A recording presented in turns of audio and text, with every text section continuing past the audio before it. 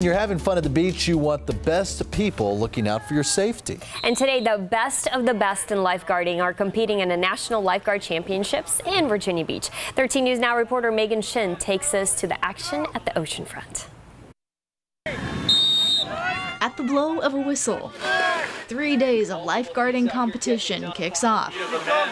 This year, the U.S. Lifesaving Association's National Lifeguard Championships are at the Virginia Beach oceanfront. Oh, I love it. I love the competition. Rodney Fintris is captain of the Virginia Beach Surf Rescue Team. He's used to saving lives at the oceanfront. You kind of lose count. Just worry about doing the job. But today, it's about learning to be a better lifeguard through competition. It's a lot of fun. It's a sport that's not known in America, but it's big in Australia. Our very first race of the day is going to be the board race. Tom Gill is the event organizer. He says anyone who stops to watch will see this life-saving sport at an unprecedented level. Every year it gets bigger and better. More than 500 lifeguards from across the globe are facing off to go to the World Championships in Australia. That competition is extremely high.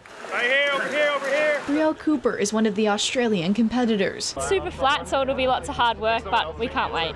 Thursday through Saturday is for the professionals. The life-saving events range from swimming to using boats and boards. Even though it cost about $125,000 for Hampton Roads to host, it's free for the public to enjoy. We just want the community to come out and celebrate life-saving. In Virginia Beach, Megan Shin, 13 News Now.